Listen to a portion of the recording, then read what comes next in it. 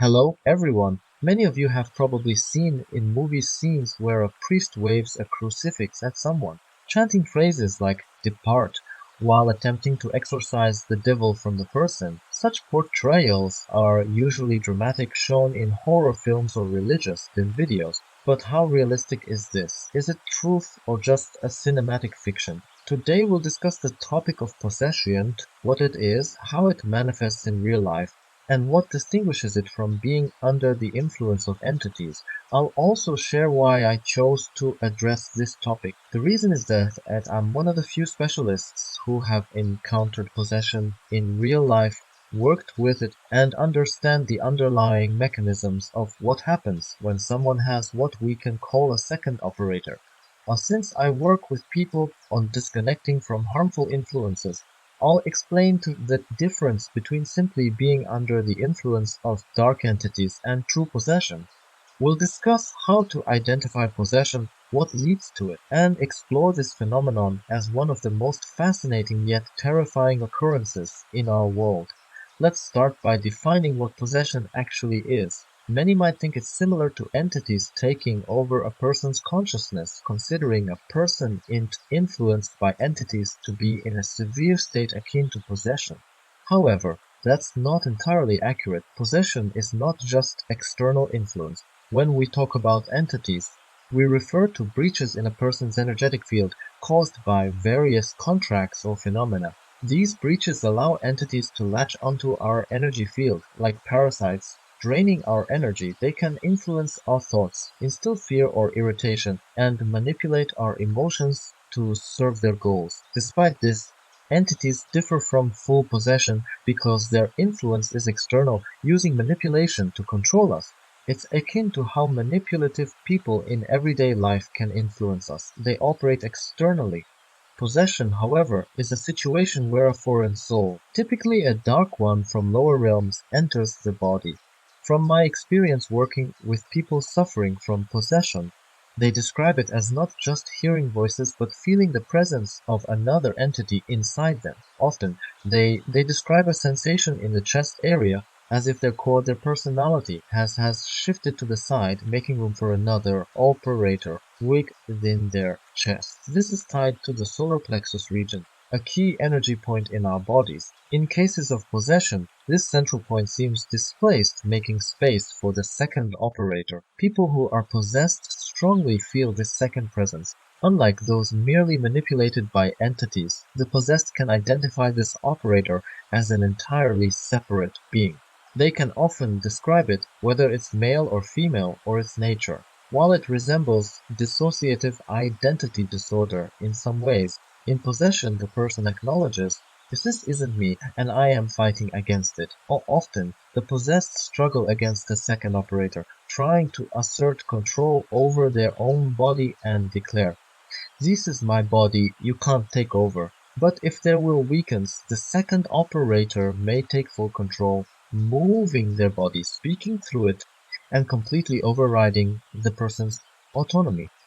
Some people intentionally invite a second operator into their lives. For example, you might have heard of celebrities, particularly in Hollywood, discussing how they become a different person on stage.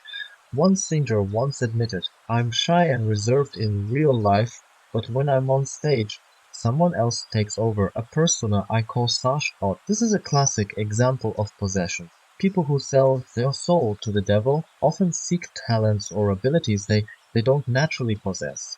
However, talent is as a result of the soul's accumulated experience over many lifetimes. No external entity, be it a demon, magician, or mythical being, can grant it. What they can offer is a second operator who performs in the person's place.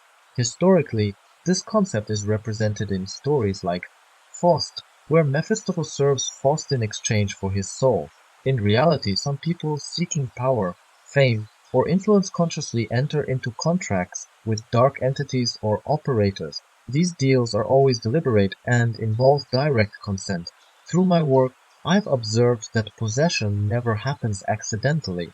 Unlike entities, which attach themselves unconsciously through breaches in a person's energy field, possession requires explicit consent. When I ask clients when they agreed to allow this, they often recall specific moments when they made such a choice, even if it was out of ignorance or desperation. So, where does possession usually start?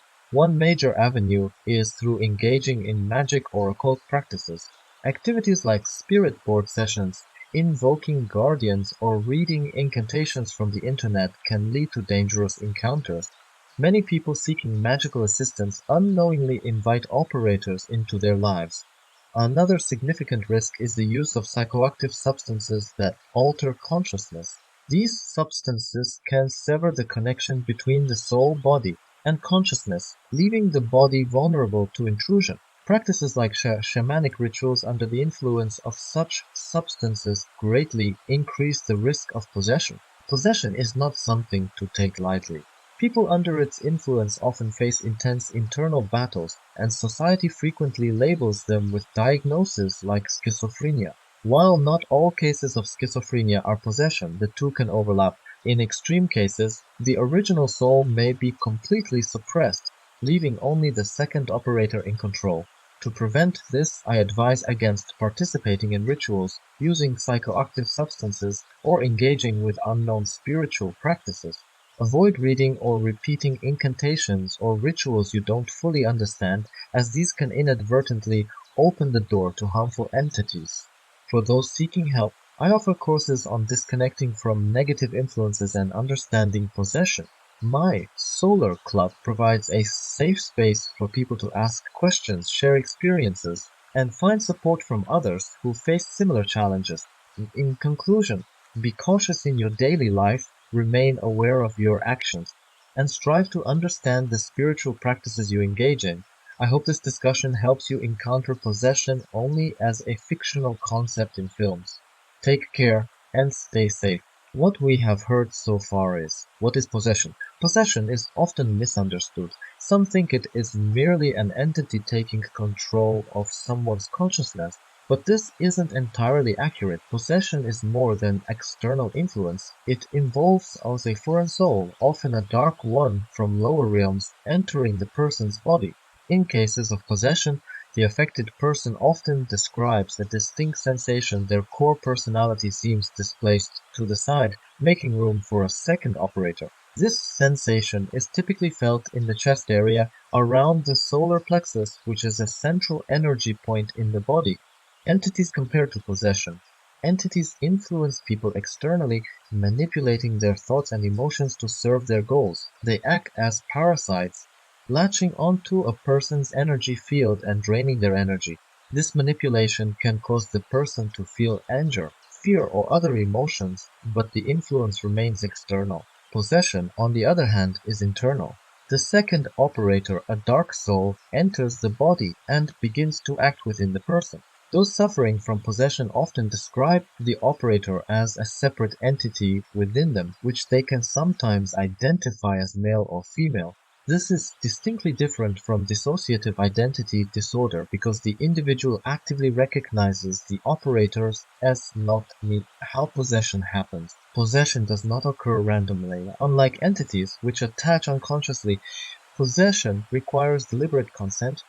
Often, people seeking talents, power, or fame make deals with dark forces to invite a second body operator into their lives. For example, some celebrities have admitted to feeling like a different persona takes over when they perform. This persona, often given a name, acts and behaves independently while the individual feels pushed aside. Risks of magic and occult practices. One of the most common ways possession begins is through engaging in magical or occult practices.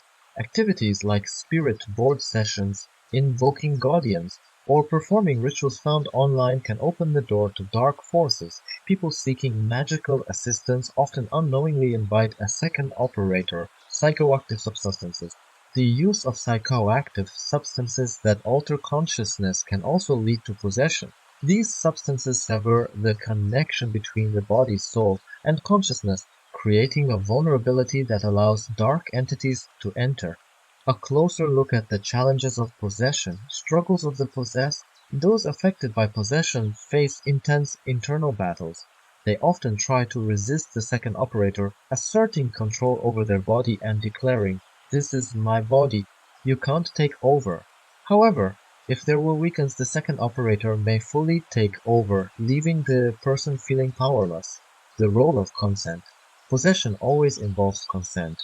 Even if the individual doesn't fully understand the consequences, there is always a moment when they agree to let the second operator in. This deliberate agreement distinguishes possession from other forms of spiritual manipulation. How to preventing and addressing possession. Avoiding risky practices. To avoid possession, it's critical to stay away from unknown spiritual practices, rituals, or incantations. Avoid repeating texts or performing actions you don't fully understand, as these can inadvertently open the door to harmful entities. Seeking help. For those struggling with possession or spiritual manipulation, I offer a course on disconnecting from harmful influences. My Solar Club provides a safe space for individuals to share experiences, ask questions, and find support. Together, we explore ways to reclaim autonomy and remove unwanted influences from our lives. In conclusion, possession is a serious and complex phenomenon, but with awareness and caution. It is possible to avoid. Stay mindful of your actions, especially in spiritual practices. I hope this discussion helps you understand possession better and ensures you only encounter it in fictional settings like movies. Take care and stay safe. That's all for today. Thanks for watching. Please like, subscribe, and share my channel. Become a member of my Telegram channel and discuss with like-minded people as a club member.